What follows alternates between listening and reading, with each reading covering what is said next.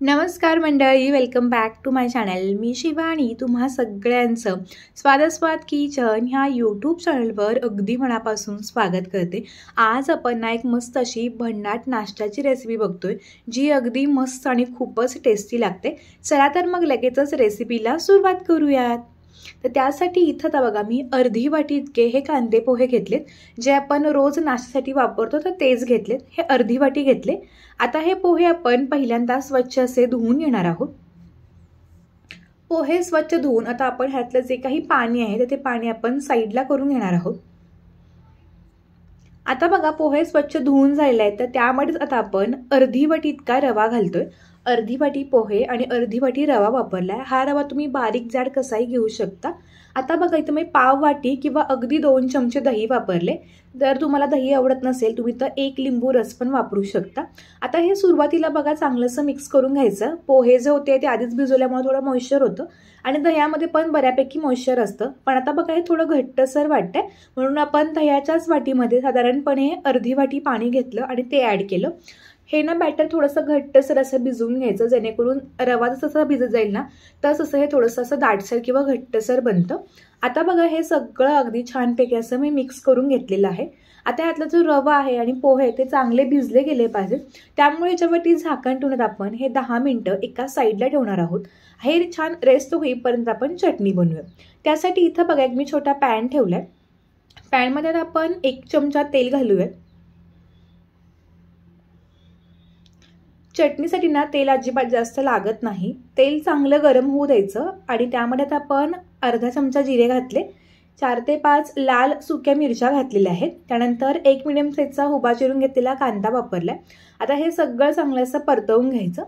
कांदा बघा एक 2 ते 3 मिनिटं परतला गेला की 5 ते 6 लसणाच्या पाकळ्या आणि 1 मिडियम साईजचा टोमॅटो तो घातलाय. आता हे देखील आपण सगळं चांगलं असं मिक्स करून घ्यायचं. बऱ्याचदा आपल्याकडे ओलं खोबरं वगैरे नसतं, त्यावेळी तुम्ही अशी मस्त चटपटीत चटणी बनवू शकता. ही चटणी ना अगदी मस्त लागते. तुम्ही ही भाकरी सोबत असू द्या किंवा कोणत्याही रेसिपीवर अगदी मस्तपैकी खाऊ शकता. आता टोमॅटो लवकर मऊ पडावं म्हणून ह्यामध्ये आपण चवीनुसार मीठ घातलं. आता हे पुन्हा बघा चांगलं मिक्स करून घ्यायचं आणि त्यामध्ये अगदी पाव चमचा मी साखर घातली. आता हे सगळं बघा चांगलं असं मिक्स करून गॅस मध्यम करून ह्याच्यावरती झाकण ठेवणं. झाकण ठेवल्यामुळे काय होतं, टोमॅटो पण अगदी पटकन मऊ पडतात आणि त्यावरचा कच्चापणा पण निघून जातो. आता बघा झाकण काढून घेतले आणि टोमॅटो बघा अगदी छानपैकी मस्तपैकी मऊ पण झालाय आणि कांदा पण छान असा ट्रान्सपरंट झालाय. तर गॅस बंद करून आता हे थंड करून घ्यायचं. आता हे थंड झाल्यानंतर इथं बघा एका मिक्सरच्या भांड्यामध्ये आपण हे सगळे जिन्नस काढून घेणार आहोत. आता ह्यामध्ये ना थोडंसं किंवा अगदी न पाणी घालून देखील आपण हे बारीक असं वाटून घेऊ शकतो.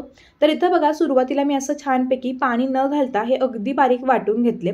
तुम्हाला जर थोडीशी पातळसर चटणी हवी असेल तुम्ही थोडंसं त्याच्यामध्ये पाणी घालून देखील पातळ करू शकता. अगदी रंग देखील मस्त आलेला आहे.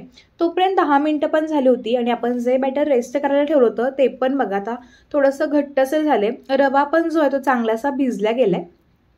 तर आता एक मिक्सरचं भांडं घेतलं आणि ह्यामध्ये आपण हे मिश्रण अशा पद्धतीनं काढून घेणार आहोत.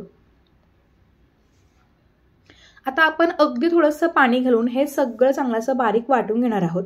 रवा आणि पोहे हे सगळे चांगलं असं मिक्स होऊन एकजीव झाले पाहिजेत. तुम्ही इथं बघू शकताय मी अगदी छान असं बारीक ह्याची पेस्ट करून घेतली. आता ही जी पेस्ट आहे ती पण एका मोठ्या बाउलमध्ये काढून घेणार आहोत. आता ज्या वाटीनं आपण रवा आणि पोहे घेतले तर त्याच वाटीनं मी 1 वाटी तांदळाचं पीठ घेतले. तर हे रेशन तांदळाचं पीठ आहे. तांदूळ घेतले, ते स्वच्छ धुवून घेतले होते आणि मग ते दळून आणले होते.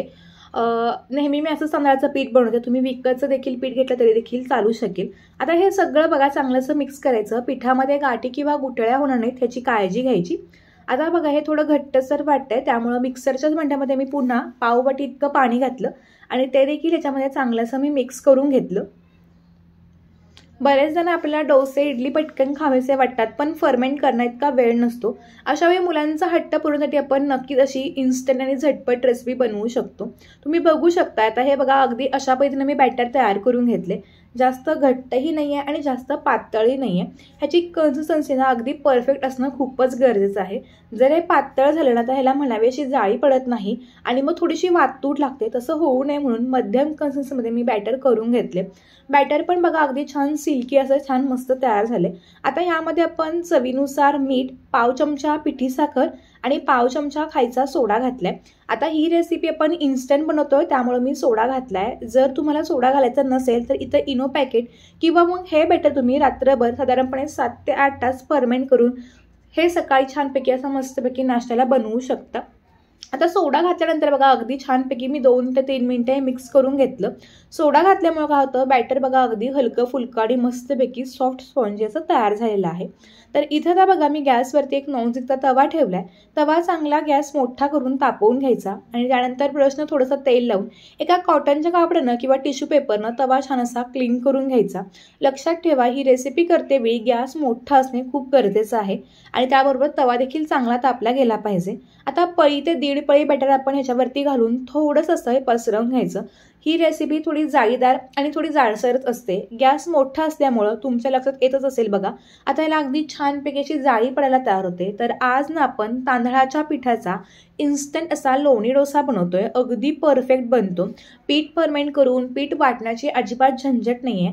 अगदी मस्तपैकी जाळीदार सॉफ्ट स्पॉन्जी असा हा लोणी डोसा काही मिनिटातच तयार होतो। आता बघा छान पूर्ण जाळी पडली गेली की झाकण ठेवायचं आणि गॅस मध्यम गॅसवरती ठेवून द्यायचा। तुम्ही बघू शकताय यांना खूप छान जाळी पडते। ही रेसिपी जेव्हा तुम्ही मुलांना करून द्याल ना तेव्हा मुलांना ना अगदी खुश होऊन ही रेसिपी खातील। आता ना बघा वरची बाजू कोरडी होती मी थोडंसं बटर घातलंय। तुमच्याकडे असेल तुम्ही लोणी किंवा तुपाचा पण वापर करू शकता। आता मध्यम गॅसवरती बघा हा जो लोणी डोसा आपण करून घेतला तो मी परतवून घेतला थोडासा प्रेस करून घ्यायचा।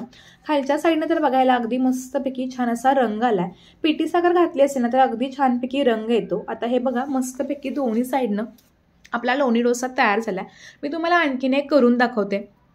पुन्हा गॅस मोठा ठेवला तेल लावून हे टिश्यू पेपरनं पुसून घेतलं आणि त्यानंतर पळी ते 1.5 पळी बॅटर घालून हे छानपैकी थोडं जाडसर पसरवून घेतलं। गॅस मोठा ठेवल्यामुळे याला छानपैकी जाळी पडते। आता बघा मस्तपैकी जाळी पडलेली आहे तर ह्याच्यावरती झाकण ठेवूयात आणि त्यानंतर 2 मिनिटानंतर झाकण काढून वरून छान आपण बटर तूप किंवा तेल कशाचाही वापर करून हे मस्तपैकी हे लोणी डोसे गरमागरम देऊ शकतो। सकाळच्याच नाश्त्यालाच कसे तुम्ही संध्याकाळच्या छोट्याशा भुकेला किंवा काहीतरी वेगळा नाश्ता हवा आहे त्यावेळी तुम्ही नक्कीच करून देऊ शकता। नक्की अशी रेसिपी ट्राय करून बघा। गरमागरम हे तांदळाच्या पिठाचे आपले लोणी डोसे तयार झालेत। बघताना कळणार पण नाहीत की हे आपण इन्स्टंट बनवलेत आणि त्यासोबतच ही टोमॅटोची चटपटी अशी चटणी बनवली। ही चटणी ना अप्रतिम लागते त्यामुळे तुम्ही एकदा नक्की करून बघा आणि मला खात्री आहे तुम्हाला ही रेसिपी नक्की आवडेल। जर तुम्ही हा व्हिडिओ पाहत असाल तर नक्की व्हिडिओला लाईक करून कुठून पाहताय हेही मला सांगायला विसरू नका। आता मी तुम्हाला हा लोणी डोसा दाखवते देखील जेणेकरून तुमच्या लक्षात येईल हा किती सॉफ्ट स्पॉन्जी आणि अगदी मस्त असा जाळीदार बनलेला आहे। ही जी चटणी ना तुम्ही ही डोसा असू दे इडली उत्तापे कशासोबतही खाऊ शकता। इतकी मस्त लागते आणि भाकरीसोबत ती अगदी झणझणीत मस्त चवीला लागते। तर तुम्हाला माझी आजची ही इन्स्टंट अशी तांदळाच्या पिठाचा लोणी डोसाची रेसिपी कशी वाटली ते मला जरूर कळवा आणि जर तुम्हाला ही रेसिपी आवडली असेल तर नक्की व्हिडिओला लाईक करून छान कमेंट्स करायला विसरू नका। चला तर मग भेटूत एका नवीन आणि इंटरेस्टिंग व्हिडिओसोबत। तोपर्यंत मस्त रहा खात रहा स्वतःची काळजी घेत रहा। धन्यवाद बाय।